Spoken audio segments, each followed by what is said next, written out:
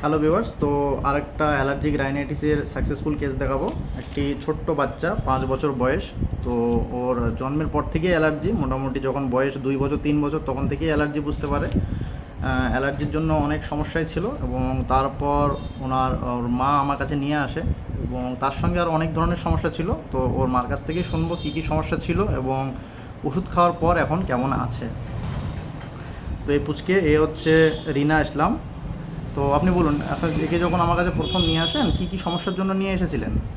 প্রথমে অ্যালার্জি ছিল, অ্যালার্জি পায়খানা না হওয়া 2-3 দিন থেকে। তার সঙ্গে সঙ্গে কি খাওয়ার ওষুধ অরুচি ছিল, এই ধরনের। অ্যালার্জির সমস্যাটা কতদিন ধরে ভুগছিল? যখন 3 বছর বয়স থেকে তখন থেকেই আমি বুঝতে পারি অ্যালার্জির সমস্যাটা বুঝতে পারেন। অ্যালার্জিটা কী কী থেকে হচ্ছিল? দুধ খেলে পরে, ডিম, তারপরে ফল খেলে, ফলমূল খেলে, বিভিন্ন ধরনের ফল থেকে অ্যালার্জির সমস্যাটা হচ্ছিল। তো এর জন্য আগে কি ট্রিটমেন্ট করা হয়েছিল? আগে অনেক জায়গায় ট্রিটমেন্ট হয়েছে, কিন্তু তারপরেও কি হয়েছে যে হচ্ছিল না, বারবার মানে খাচ্ছে যখন ঠিক তখনই ছাড়ছে, তারপর আবার অ্যালার্জিটা হচ্ছেই, আবার চলে আসছে। এখন বর্তমানে অ্যালার্জির সমস্যাটা কেমন আছে বলেন? এখন অনেকটা ভালো বুঝতে পারছি। অ্যালার্জির সমস্যাটা অনেকটা ভালো বোঝা যাচ্ছে, ইমপ্রুভ হচ্ছে। এখন কি দুধ খেতে পারছো? দুধ, ডিম, ফল এইসব খাচ্ছে, সব কিছুই খাচ্ছে, সেরকম আগের মতো অসুবিধা হচ্ছে না। আর তার সঙ্গে পায়খানার সমস্যা ছিল, পায়খানা 2 দিন 3 দিন পর পর করতো এবং পায়খানাটা এখন রেগুলারই হচ্ছে। একবার তো হচ্ছে।